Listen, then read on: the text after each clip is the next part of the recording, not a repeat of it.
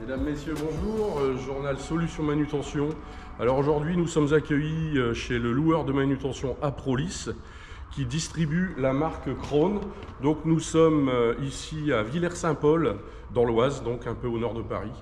Donc on a aujourd'hui en essai le chariot à main rétractable Krone, série ESR 1240. Alors 12, c'est pas un 1200 kg de capacité, c'est un 1400 kg de capacité. C'est la référence qui est comme ça chez Krone. Donc c'est un chariot à main rétractable, comme vous pouvez le voir. Donc on a un mât assez haut, hein. Donc la hauteur d'élévation c'est 8240 mm, donc 8 m 240. Mât triplex, vérin de levée libre. On va voir au niveau de la visibilité lors de l'essai. Donc chariot à main rétractable standard, avec un TDL tout simplement de série. On fait le tour du chariot. Alors pour information, tout ce qui est là, on a le display, on va voir après. Et tout ce qui est de couleur orange sur le poste de conduite, c'est dédié au réglage. Je vous montrerai ça au poste de conduite après. Donc voilà, habitacle standard pour un chariot à main rétractable.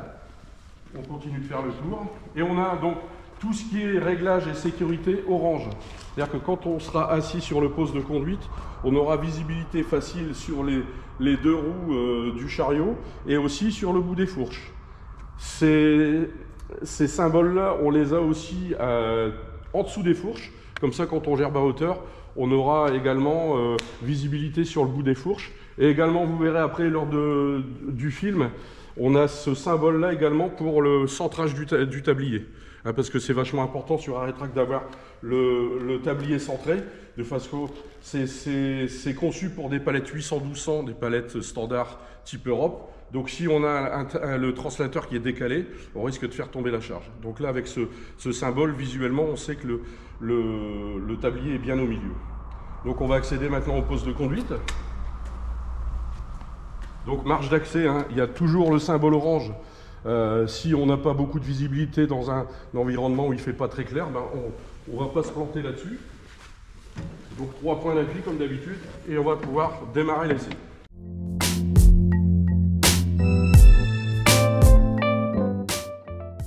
Alors je suis maintenant au poste de conduite. On a ici le code à effectuer pour démarrer le chariot, se connecter. Hein, donc là le code c'est 1, 2, 3, 4, c'est tout simple. Hein. Validé. Voilà, le chariot va s'initialiser. La caméra ici pour voir les hauteurs de fourche s'est allumée. Le display, alors là on a les symboles, alors il y en a une dizaine, hein, là on en a choisi 2, ben, ça prévient le cariste en cas de basculement, etc. Et on a donc ici les témoins de charge roue directrice, étant donné que la roue directrice, on va dire, elle est sous le siège, donc on n'a aucune visibilité sur la roue directrice, mais c'est propre au chariot à main rétractable. Le niveau de charge batterie, là on est à 76%. Donc le cariste peut régler donc son poste de conduite, vous voyez, hein, simplement avec le petit bouton orange. Il va pouvoir régler la profondeur de l'accoudoir par rapport à la taille de son avant-bras. Et ici, cette petite pomme va permettre, en fonction de la grandeur des doigts, ben de régler la pomme de la main par rapport au distributeur, aussi bien en profondeur que latéralement. Ah, ça c'est bien fait, hein. Hein, ok, on le voit bien, voilà. Donc on va pouvoir démarrer le chariot. Donc on va sélectionner le sens de marche. Ici, marche avant. Donc pour rappel, sur les chariots à main rétractables, la marche avant, c'est pas côté fourche, c'est l'inverse, c'est côté visibilité. Côté fourche, c'est la marche arrière. On va lever légèrement les fourches. Et donc là, on a choisi la direction 360 degrés. Le cariste peut choisir lui-même, notamment les caristes d'un certain âge qui n'ont pas forcément l'habitude d'un 360 degrés. On va laisser passer le chariot. Il y a un chariot qui passe derrière. On est chez Aprolis, hein, donc les gens travaillent. Il y a de la production. Donc on va laisser sortir le chariot, voilà. Ce sera plus calme après. Donc voilà, comme je viens de le dire, le cariste pourra choisir son mode de conduite 180 ou 360 degrés. C'est vrai que les caristes un peu plus âgés, nous à l'époque on avait l'habitude du 180 degrés, le 360 degrés est arrivé bien après, donc il faut s'adapter. Pour rappel, le 360 degrés, quand bien maîtrisé, on va éviter les inversions de marche et les contre-braquages. Donc on va l'utiliser. Donc là déjà dans un premier temps, je vais manipuler le chariot dans les deux sens pour voir un petit peu la maniabilité.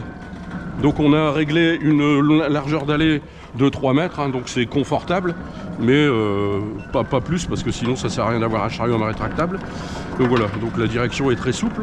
On va repartir dans l'autre sens pour faire un petit slalom marche arrière, donc, et non pas marche avant. Voilà, donc l'emplacement qui nous a été réservé est assez confiné, mais c'est propre au chariot à main rétractable. Voilà. Et je vais aller chercher la palette que je vais pouvoir manipuler. Donc la palette, il y a la caméra 360 degrés qui est sur cette palette. Voilà, donc c'est une palette 80-120 hein, qui est propre justement au chariot à main rétractable. Voilà. Voilà pour la palette. Donc on va refaire le slalom avec la palette.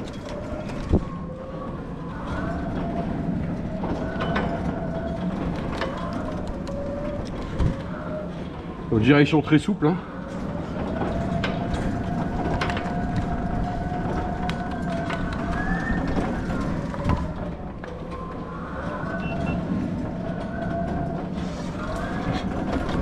On va repartir dans l'autre sens, donc en marche arrière.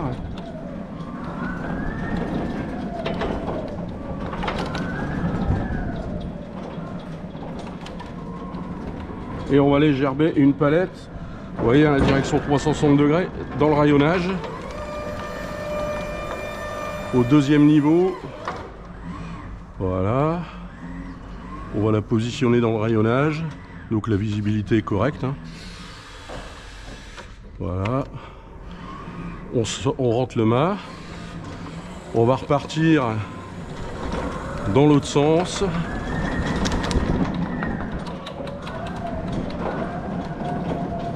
Et on va pouvoir reprendre la palette pour la mettre à un niveau un peu plus élevé. Voilà, donc le système hydraulique est très souple. Vous voyez, j'accède facilement à la palette qui est en place. Voilà, je la prends. Vous voyez la caméra là? Voilà, là on a une belle visibilité sur la palette. Je la descends, vous voyez. Hein.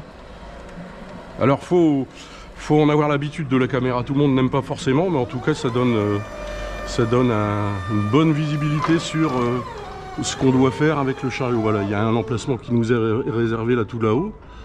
Voilà, donc je positionne ma charge. Voilà.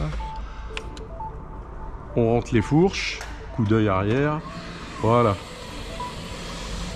Vous voyez la caméra? Voilà.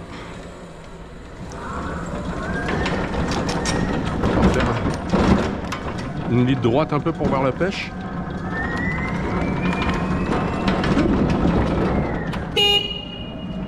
Avertisseur sonore. Donc au niveau du distributeur, vous voyez, une fois que le pommeau au niveau de la paume de la main est bien réglé, ben j'ai les doigts effectivement sur le distributeur, donc c'est instinctif, hein, j'ai pas besoin de regarder, tout est à portée de main. Et je vais aller récupérer ma palette au troisième niveau du paletier. Voilà. Ouais, vous voyez, ça se fait en 2 temps 3 mouvements. Voilà. Hop, on la prend, on rentre le mât.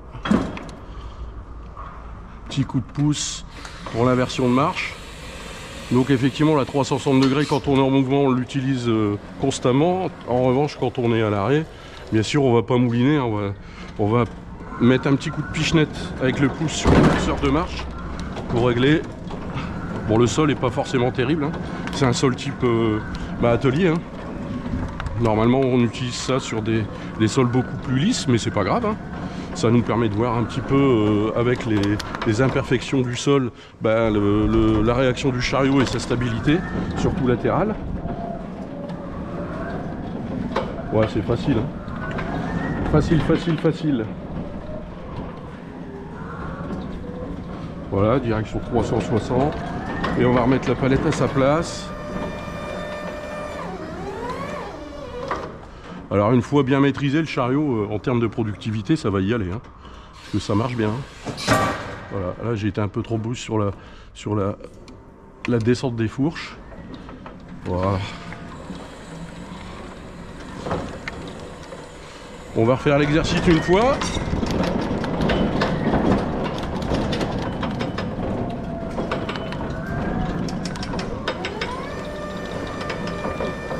Donc bien sûr, la façon de faire, ça se fait pas quand on passe son KSS par exemple. Hein. Normalement, on doit positionner le chariot, etc. Là, le but, c'est de voir un petit peu l'ergonomie du distributeur, le chariot, sa réaction, sa rapidité, etc.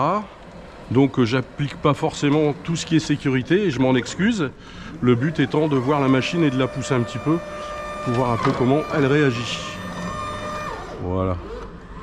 Donc là effectivement normalement j'aurais dû être positionné bien devant et lever les fourches après.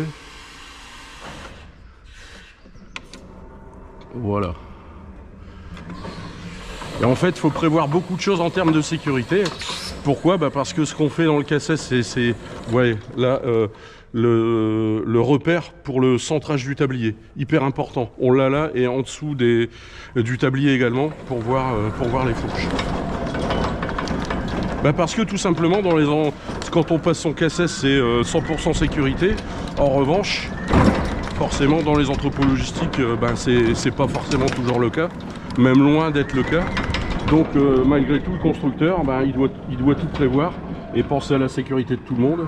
Et donc comme les chariots sont utilisés parfois même souvent pour de la productivité, il faut prévoir effectivement en termes de positionnement, en termes de stabilité latérale, que le chariot soit malgré tout, et quelle que soit la façon de l'utiliser, utilisé en sécurité. Donc fourche au sol, point mort il se met automatiquement, de toute façon ça s'utilise sur des sols vachement droits normalement. Hein. Et donc on a en option, là on l'a pas mais en option, la remise automatique à l'horizontalité du mât. Pourquoi du mât? Parce que si on est sur un sol légèrement en pente, l'horizontalité elle sera pas respectée. Donc par rapport au mât par contre, là ça va être respecté. Donc c'est plutôt bien. Alors ergonomiquement c'est très bien. On va couper le chariot. Donc là simplement bouton d'arrêt d'urgence, étant donné qu'on n'a pas de clé, c'est juste un code. Donc bouton d'arrêt d'urgence pour le fermer, pour l'éteindre. Voilà.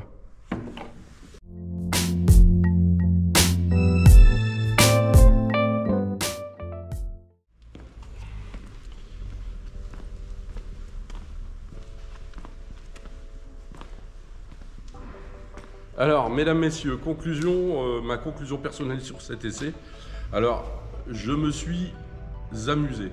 Alors, pourquoi je vous dis ça? Parce que c'est tellement souple et tellement bien d'utilisation qu'on a l'impression de pouvoir l'utiliser pendant des heures sans aucun problème, sans aucune fatigue. Il y a des options, il y a le réglage, la personnalisation du poste de conduite.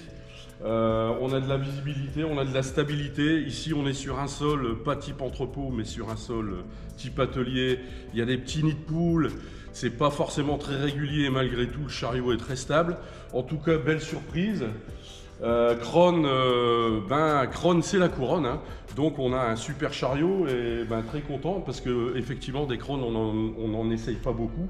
Donc là on a vraiment une bonne surprise. Bravo Krone, très très bon chariot. Il y a des espaces de rangement, tout est prévu pour que le cariste soit à l'aise et travaille en sécurité. Krone travaille beaucoup, pense beaucoup à la sécurité du cariste. En tout cas, bravo la couronne. Hein. Et je vous dis rendez-vous au prochain essai. Merci bien.